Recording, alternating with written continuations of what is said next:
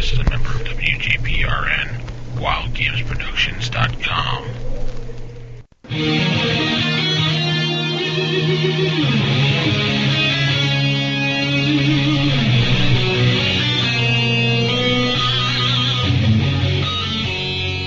Good evening, everyone. This is Mike, and tonight I'm sitting down with Matt McElroy. How are you, Matt? Good. How's it going today? Not bad at all. So Matt is the Publisher Relations Manager for DriveThruRPG and DriveThruComics. So we'll be chatting with him about the new print-on-demand options they have available. Matt, could you kind of describe what your capacity is as Publisher Relations Manager at DriveThruRPG? Sure. How much time do we have? Gotcha. Basically, I am the liaison between the publishers and the tools on the site. How they upload their books, how they sell them. I work with them on all of our marketing plans. I answer their questions. I sign up new publishers to the site, and when we do sales or like our charity events, I talk to all the publishers to see what products we're going to include in those events and basically how they present their products to you guys, to the customers. I'm sort of the general manager for the site. Very nice. That's thousands of publishers, isn't it? Yeah, we've got, somewhere in there. I don't remember what the exact count is between our DriveThruRPG, DriveThruComics, plus DriveThruFiction, and Wargame Vault. So we've got lots of publishers and lots of products. We have an average of 30 new products go live every day. Very nice, very nice.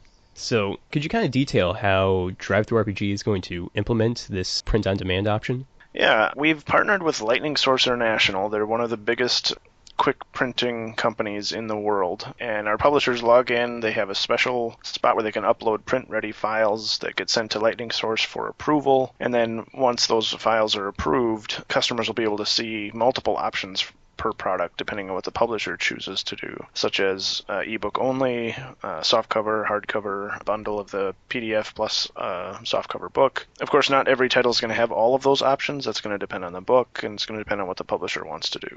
But the print orders will get sent to Lightning Source, who will then print the book and ship it directly to the customer. So you're contracting with this third party. That's pretty good. So you get all the different options that they have available, and you can then give those options to the different publishers?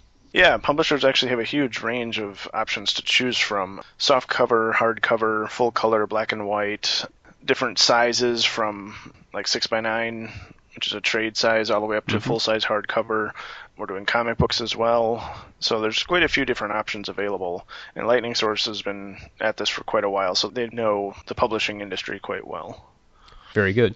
So you were kind of mentioning like the different sizes that are available. One question is, are novels going to be initially available? They're going to be available, just not right away. We're concentrating on some of the gaming books first, but the plans are to get just about everything done over the course of several months. Sounds good. And you've mentioned on the White Wolf forums that some books may be available in both hardcover and softcover? Yep. We're actually doing a whole range. It depends on the book. For example, on my shelf here, I've got softcover versions of Guide to the Sabbat and Guide to the Camarilla, which have never existed before, so that's kind of neat. That is very, very cool.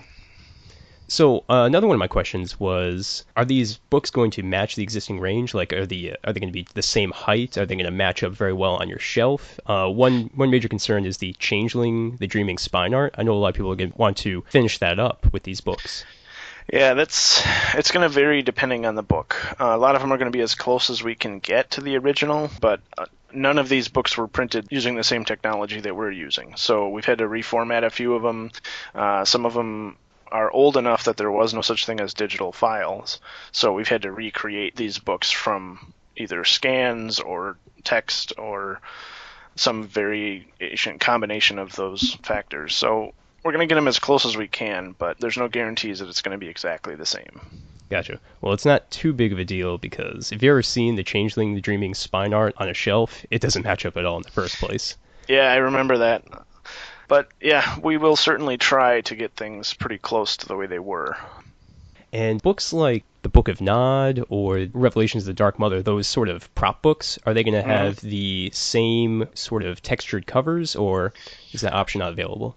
It is not currently available. But we're talking to Lightning Source about some interesting options and seeing what they can bring to the table, and then where we can go with that. Sounds good. So One question I had here, which I know is a little out of your ballpark, but are these translated books going to be available? Like there used to be Monde de Ténèbres France, a French World of Darkness source book. Do you know anything about that? We do have Bibliotech and Federated as clients on DriveThruRPG already. If you look, you can get a lot of their titles in German and French as downloads. And of course, we're naturally talking to them about signing up for our print-on-demand program. We've also had a few discussions about translating certain works and making those available on DriveThru, but at this point, nothing's been decided one way or another. And DriveThru is kind of on the side of this discussion because that's really going to be between White Wolf and the licensed company, and we're just going to sit there and sort of encourage things to get moving. But that'll be a nice big announcement if we manage to get those titles up on the site. No, that'd be great. I mean, that French book is definitely not available in the US, so it would be pretty exciting to get my hands on it, even if it's in a different language. Yeah, Bibliotech also did a Scion screen that we've been talking about translating. And then Federated Schwert had Vienna by Night and, I'm not going to pronounce it right, but Aachen by Night for Dark Ages Vampire. Yeah, okay. Very cool, very cool. Now, Eddie Webb on his blogcast was mentioning that he's proofing a bunch of old books. Do you know exactly what that entails? Is he actually correcting them, or...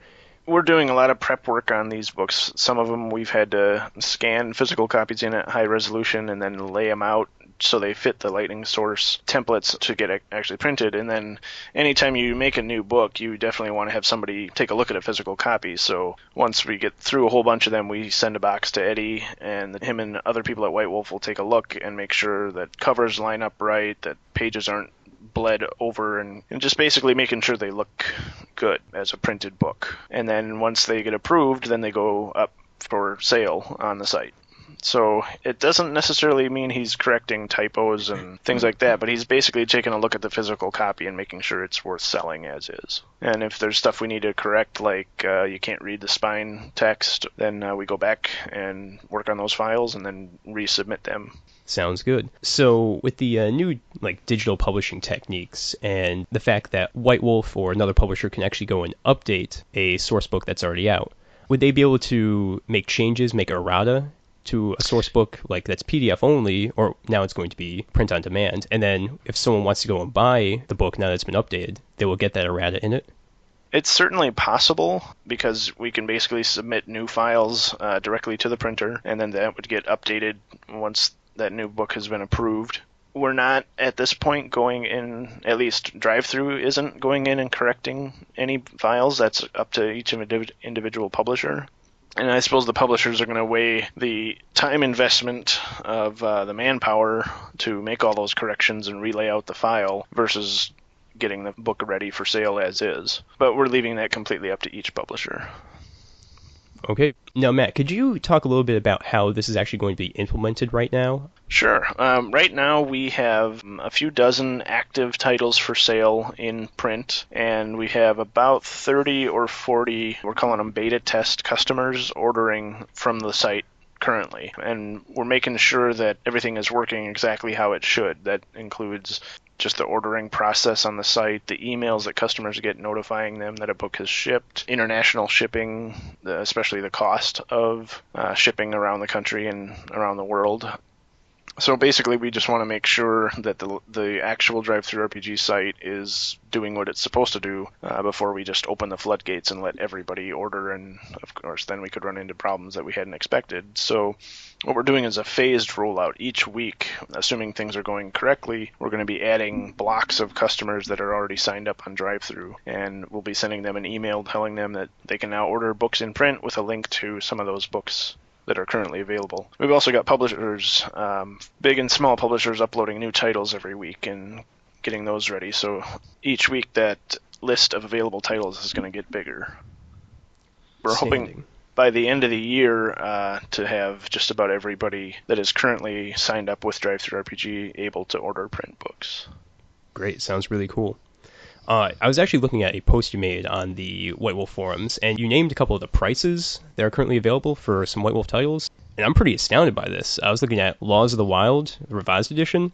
The book used to cost $20, but the black and white softcover is only $13 on your website. That's pretty nuts. Yep, and those prices were chosen by the publishers, so we're happy to see that.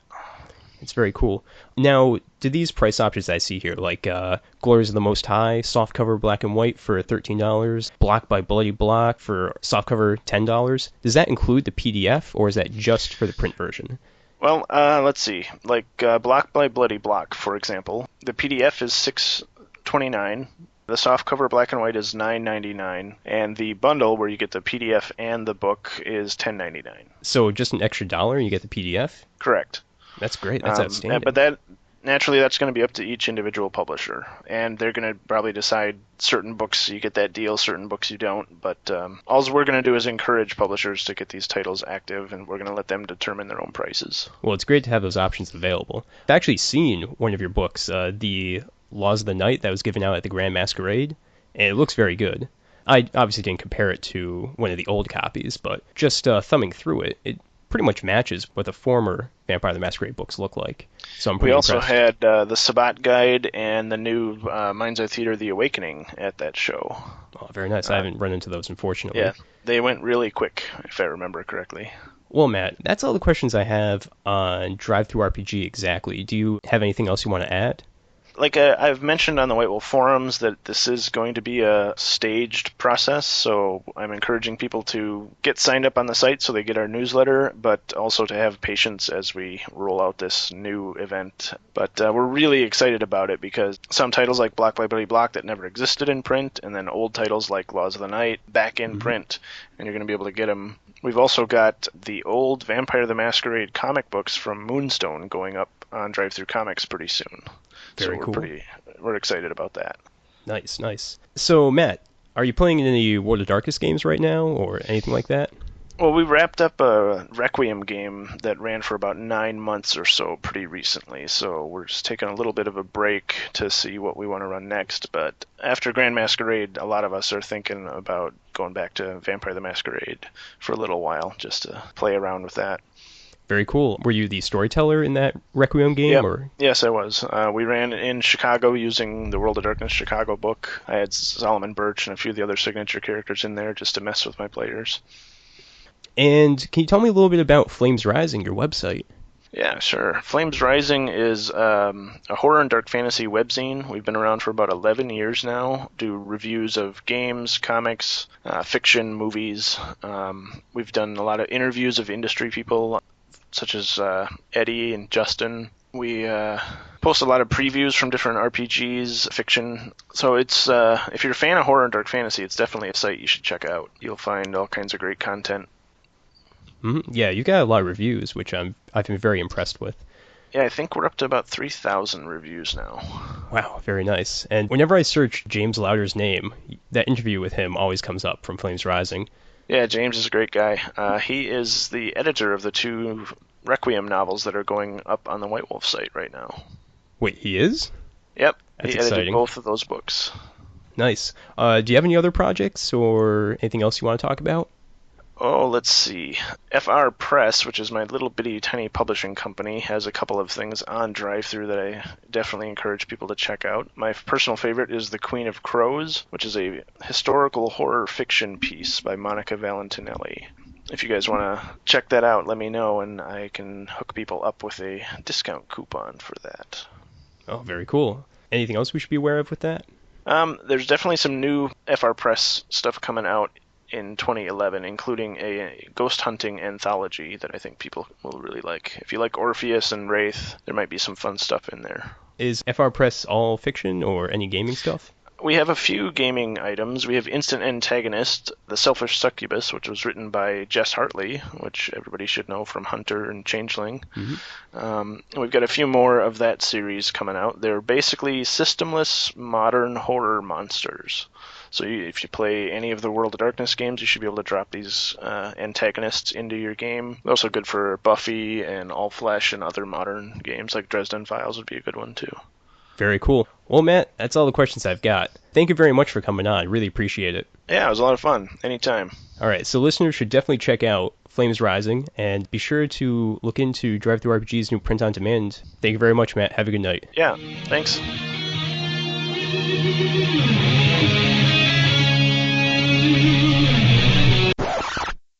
Whoops, I forgot to ask Matt the final question we ask all interviewees. That's alright, we'll just have to ask Vince's classic question next time Matt's on. Now, if you'd like to get in touch with Matt, please go to the contacts page on flamesrising.com. We'll put a link in the show notes. Matt has also generously given us a 50% off coupon for all listeners to get The Queen of the Crows by Monica Valentinelli, which was mentioned on the show. The coupon expires on January 31st, and we'll put a link in the show notes and on the WGPRN forums. If you've got any comments regarding print on demand, just stop by www.wildgamesproductions.com, and we'd love to hear them. I'd especially be excited to see photos of the Guide to the Spot and Mind's Eye Theater The Awakening, which were available at the Grand Masquerade. So that just about wraps up this episode. We're actually going to be recording the next full episode of Darker Days tomorrow with a returning guest host, and I think fans of both the new and original World of Darkness will really enjoy it. So good night, and don't let the werewolves bite.